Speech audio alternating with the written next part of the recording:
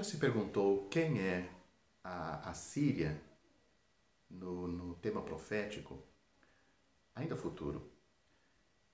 Vamos começar esse vídeo lendo Isaías capítulo 10, pelo menos alguns versículos deste capítulo, pois há muitos versículos na Bíblia que tratam da Síria. Note: ai da Síria, centro da minha ira. A vara em sua mão é o instrumento do meu furor. Envio-a contra uma nação ímpia e contra o povo da minha indignação lhe dou ordens.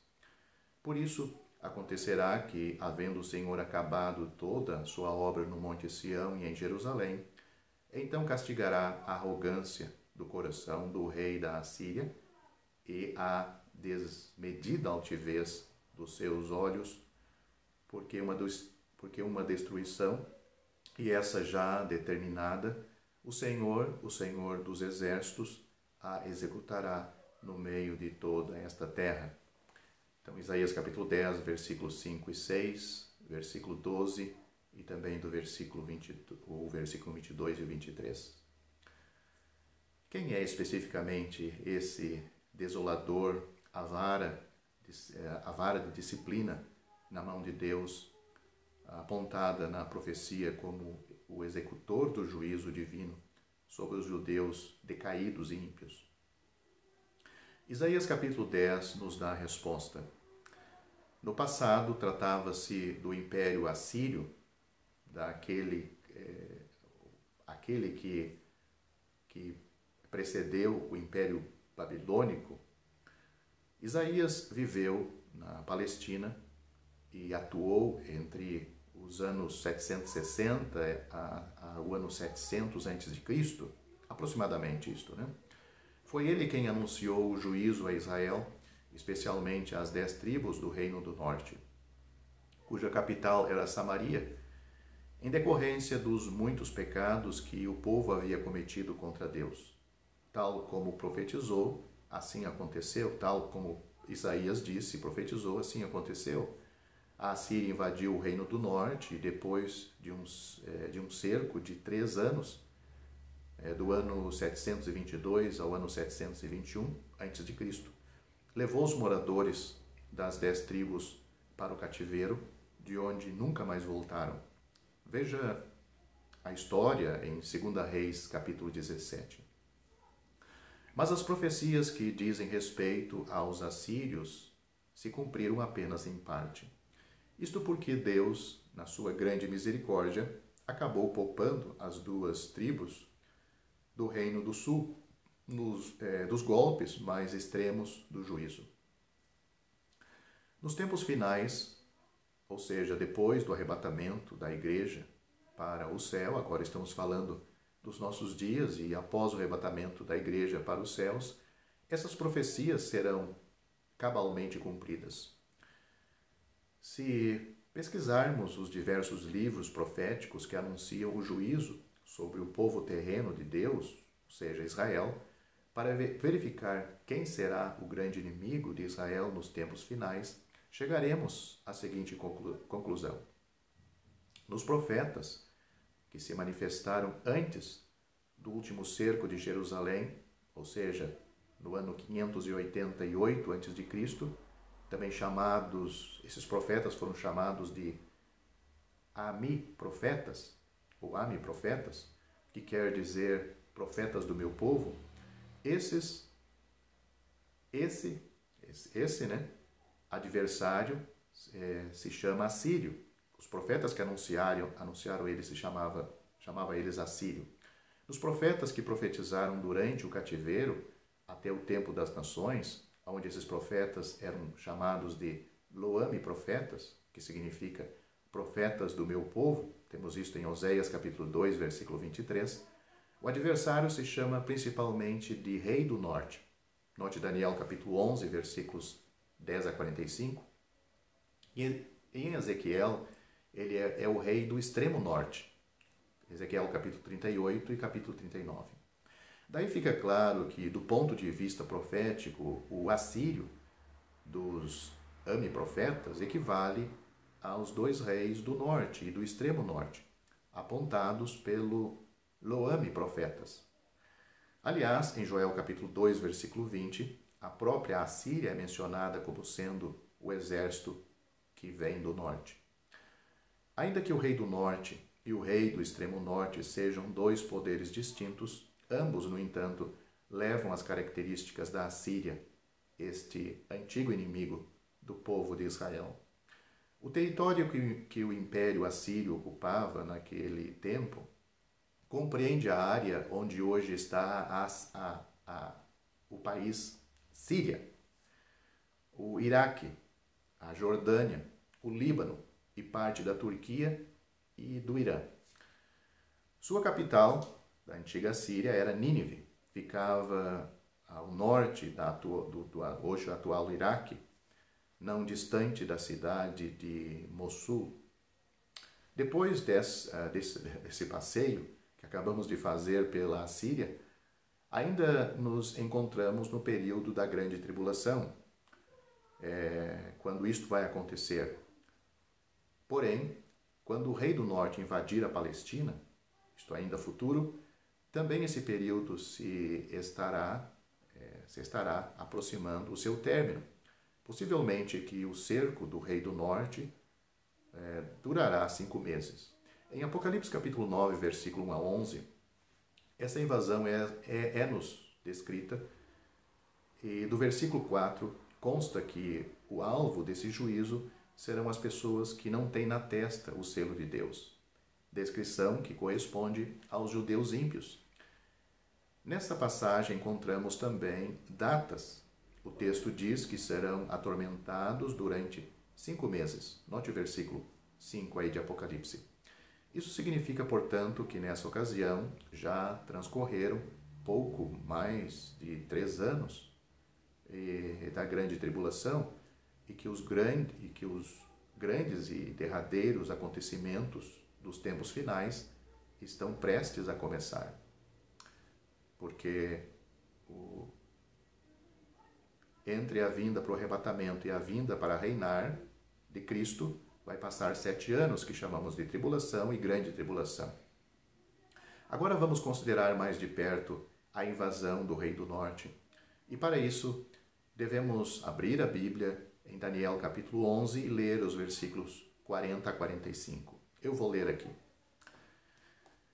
E no fim do tempo, o rei do sul lutará com ele, e o rei do norte o acometerá com carros, e com cavaleiros, e com muitos navios, e entrará nas terras, e as inundará, e passará.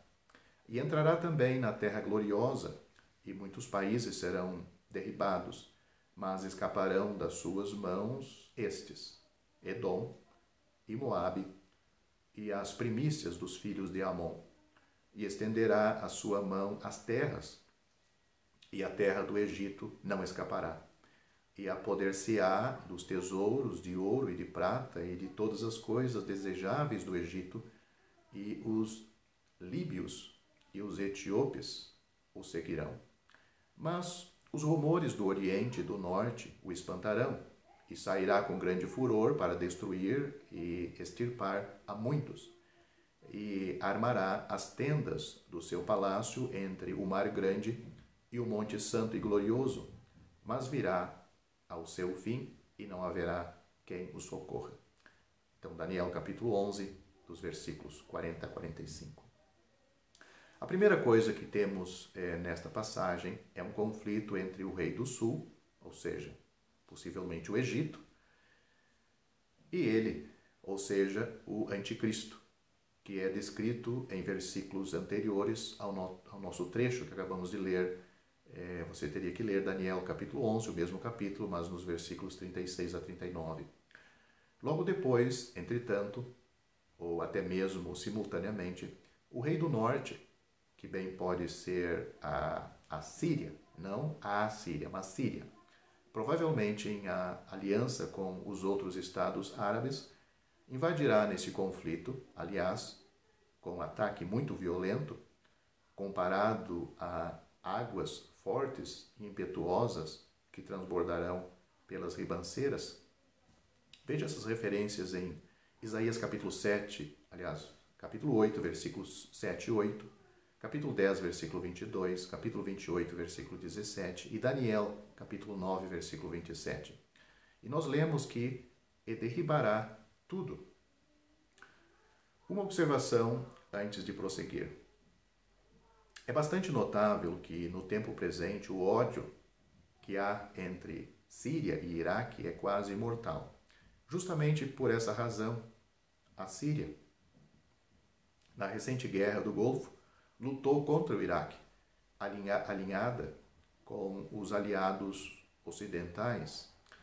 Já há vários anos a Síria vem aplicando táticas que visam promovê-la a uma posição de vanguarda entre os povos árabes. Mas prosseguimos. Então será um ataque tanto por terra quanto por mar. É o que descreve os versículos que lemos. A torrente não inundará somente a Palestina, referida aqui como a terra gloriosa, mas também penetrará outras terras. Vimos, portanto, que o rei do norte desempenha um papel dominante nessas últimas batalhas. Contudo, 3 países conseguirão esquivar-se da fúria expansiva do rei do norte, ou seja, como nós lemos, Edom, Moabe e parte de Amon. Essas 3 situavam-se no território onde hoje temos a Jordânia. Aqui podemos fazer uma pergunta: será nessa região que Deus há de preservar o remanescente do declínio iminente naqueles dias, o remanescente de Israel?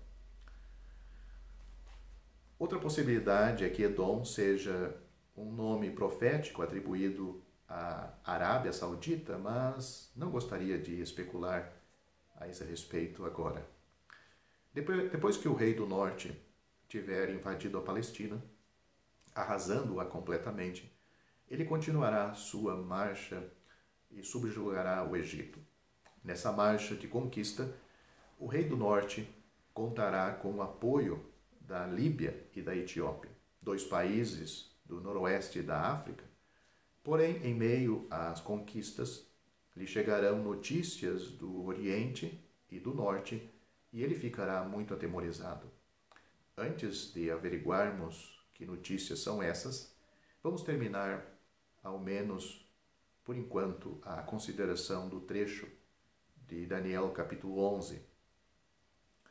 O rei do norte interrompe sua marcha vitoriosa no Egito e, furioso, bate em retirada com o propósito de aniquilar e exterminar a muitos. Contudo, antes de passar para o próximo ataque, arma as tendas. Então, a Síria arma as tendas do seu palácio, uma espécie de quartel-general, entre o Mar Grande, ou seja, o Mar Mediterrâneo, e o Monte Santo e Glorioso, sobre o qual está edificado Jerusalém. Ele não vai se escapar, ele não vai se acampar, ele não se escapa ele não sai daquela luta com o Egito e não se acampa longe de Jerusalém, certamente com a intenção de atacar Jerusalém novamente. Tendo-a tomado apenas em parte na ocasião anterior, ele tomou Jerusalém quando passou por ali. Compare, por exemplo, Zacarias capítulo 14, versículo 2. Dessa vez quer destruí-la, quer destruir Jerusalém definitivamente. Mas, de repente, ele chegará ao seu fim e não haverá quem possa socorrê-lo. É isso que nós temos na passagem que lemos. A nossa próxima etapa é considerar com brevidade o príncipe que há de vir, a respeito de quem lemos em Daniel capítulo 9, versículo 26, e João chama de a besta em Apocalipse capítulo 13, versículo 18. Mas isto é assunto para outro vídeo, se você está interessado nesse assunto, sobre profecias, e principalmente sobre esse, você pode procurar outro título, como dizendo mais ou menos assim, a besta, ou uma confederação europeia. Já estão disponíveis para leitura os comentários do Novo Testamento e do Antigo Testamento de João Nelson Darby. Estão nos formatos de livro, e-book, também aplicativo para o celular Android. Visite o nosso site www.palavrasdoevangelho.com.